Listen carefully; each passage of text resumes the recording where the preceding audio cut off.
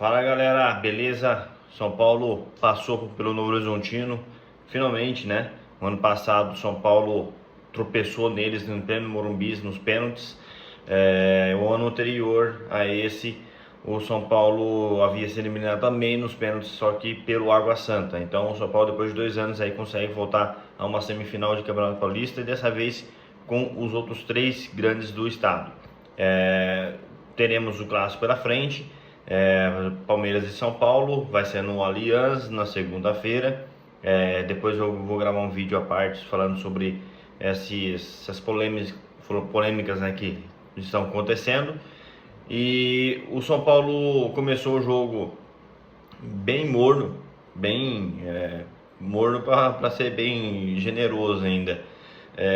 O Novo Horizontino marcou muito bem o São Paulo. É um time bem arrumado. Dos quatro grandes, quem pegou o adversário mais organizado e mais enroscado foi o São Paulo. Isso não é passar pano pro São Paulo, porque o São Paulo poderia ter encontrado mecanismos, ou pelo menos um pouco mais senso de urgência, para conseguir sair da marcação, um pouco mais de velocidade. Mas o Novo Horizontino é um time dos quatro figurões ali, dos quatro menores do estado que enfrentaram os grandes. Ele é o time mais organizado, que está entrosado há mais tempo, que tem mais um trabalho mais longevo do Eduardo Batista. É um time que já vem dando trabalho há muitos anos e é um time forte fisicamente, um time que marca muito forte. Isso fez parte do trabalho deles aí para anular o São Paulo. A Edna permitiu o jogo deles, né? Deixou os caras bater. Teve algumas jogadas até meio que desleais dos jogadores deles. O zagueiro deles poderia ter sido expulso no primeiro tempo, porque ele parou um ataque promissor que o Lucas ia em direção ao gol, ele já tinha amarelo. A Edna não marcou, não deu o cartão para ele, o segundo cartão. E aí o Novo Horizontino, no primeiro tempo, ele enroscou pro São Paulo, só que ao mesmo tempo ele não criou tão bem, ele não criou chances. Ficou uma má sensação, uma sensação falsa na verdade, de que o São Paulo passou sufoco no primeiro tempo, só que na verdade o São Paulo não passou sufoco. Foi um jogo truncado no primeiro tempo, um jogo de poucas inspirações. Aliás, a melhor chance do primeiro tempo foi com o São Paulo, não foi nem com o Novo Horizontino. Numa chance que o Alisson recebeu livre na área e poderia ter finalizado, poderia ter rolado atrás pro Lucas, só que o Lucas estava fora do campo de visão dele. Então ele viu o Caleri, tentou tocar pro Caleri, só que o Caleri estava cercado ali por um jogador do Novo Horizontino que fez o corte, evitando que o São Paulo abrisse o placar no primeiro tempo. Mas o Novo Horizontino só tinha chegado com um chute de fora da área e a bola aérea.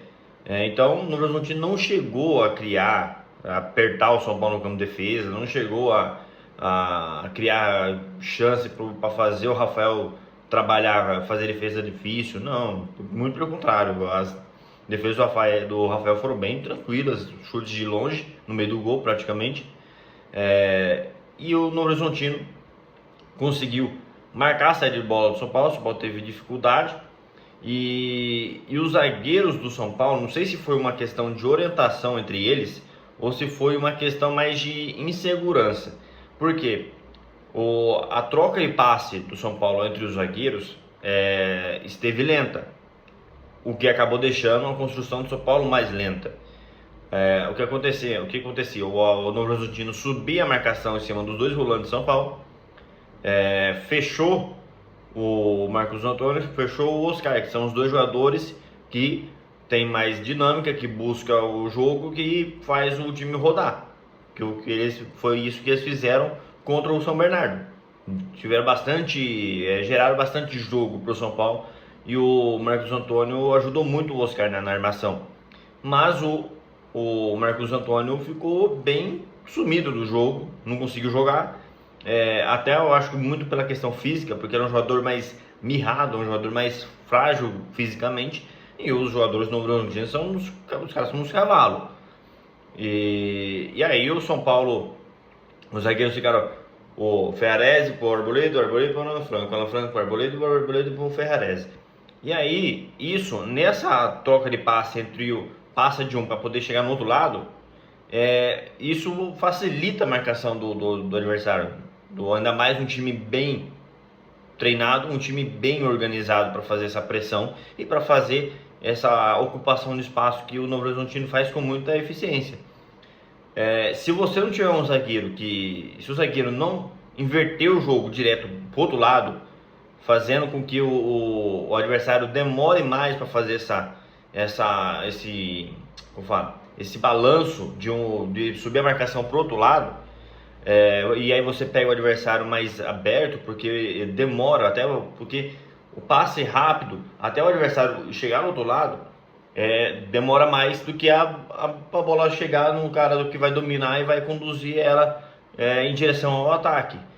Mas não, aí o São Paulo ficou tocando de um para o outro com lentidão, os passes lentos, e aí facilita totalmente para o time no Novo Horizontino.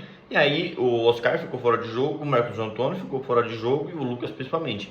E aí o que o São Paulo fez? Ficou só jogando bola direto pro Caleri. Só que o Caleri contra 3 caras de 2 metros de altura, os caras do tamanho de um boi, aí não vai ganhar, né? Então, a não ser que o lançamento pro Caleri fosse no peito dele, fosse diretamente para ele, para ele sofrer uma falta e aí tirar o time de trás.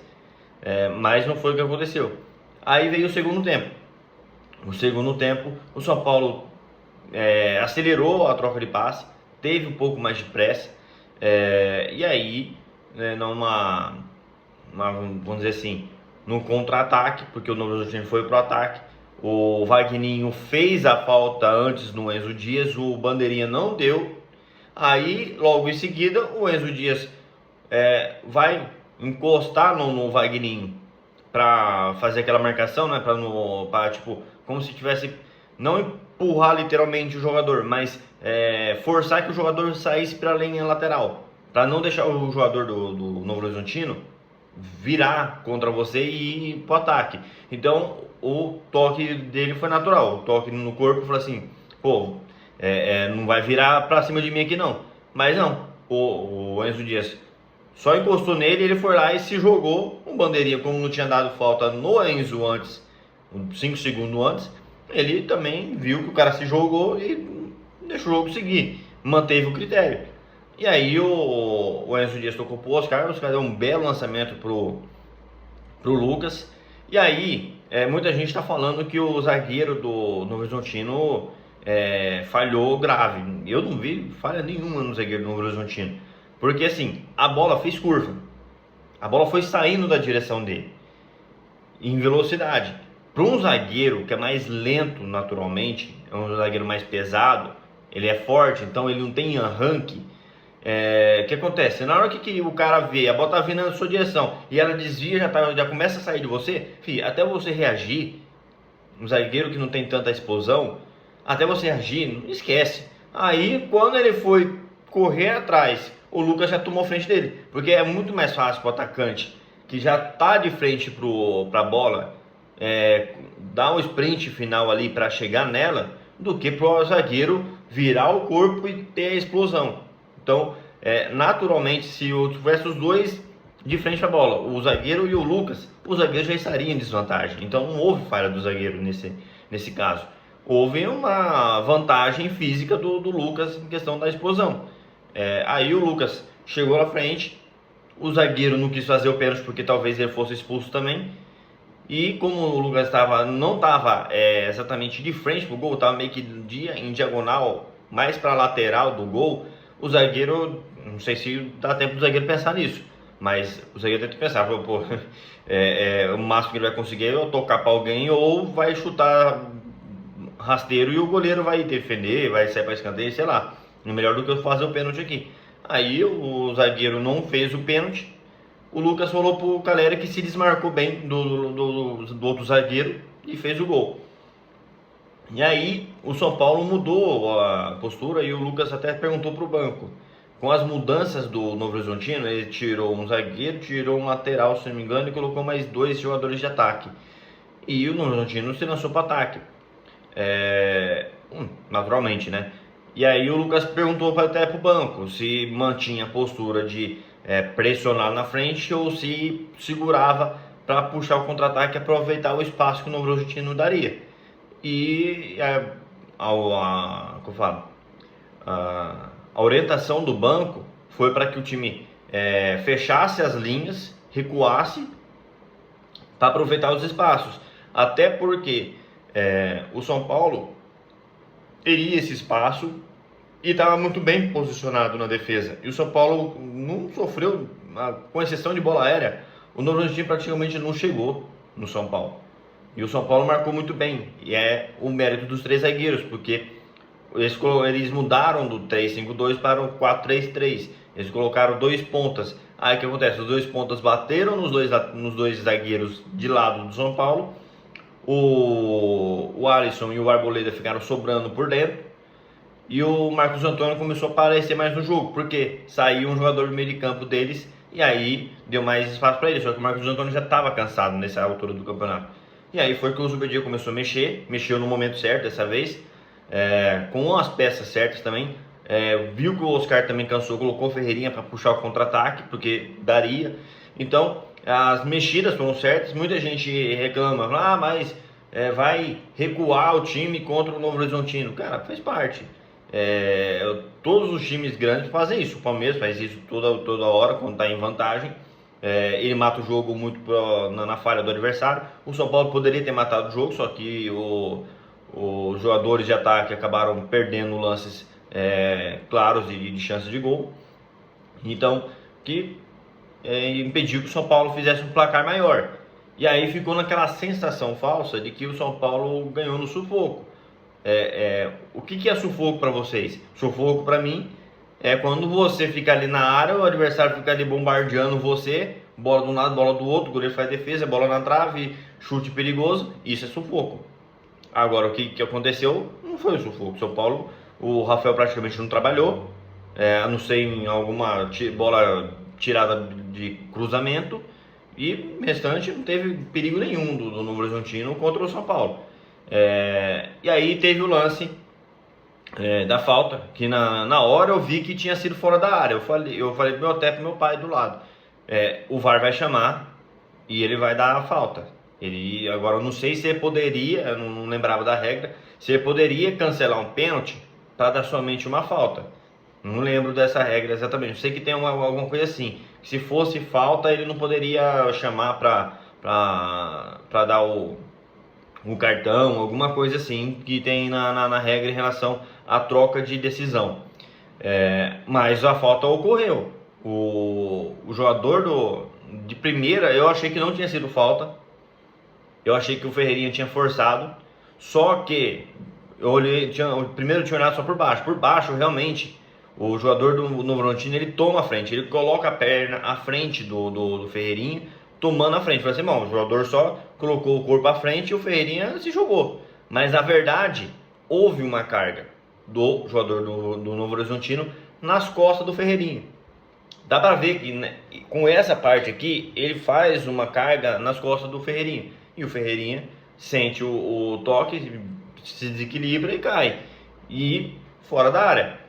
E aí a regra foi aplicada corretamente. O VAR corrigiu um erro da Edna. Ou pelo menos ele chamou ela para ela ver que ela tinha cometido um erro grave e aplicar, aí sim ter a chance de aplicar a regra corretamente, que é falta fora da área, último jogador, chance clara de gol, o Ferreirinha estava indo de frente pro gol e cartão vermelho. Então não tem polêmica. Muita gente fala que é polêmica, olha que absurdo, expulsou o jogador do Novo Horizontino. Gente, se ela entendeu que foi a falta e, na minha opinião, realmente foi falta, e o VAR não pode chamar para mudar a interpretação da árbitra, o VAR chama para um erro grave, que foi, ela estava dentro ou fora da área. Ele viu que foi fora da área, chamou ela manteve a decisão dela de que ela interpretou como uma ação faltosa do jogador e aí aplicou a regra. Então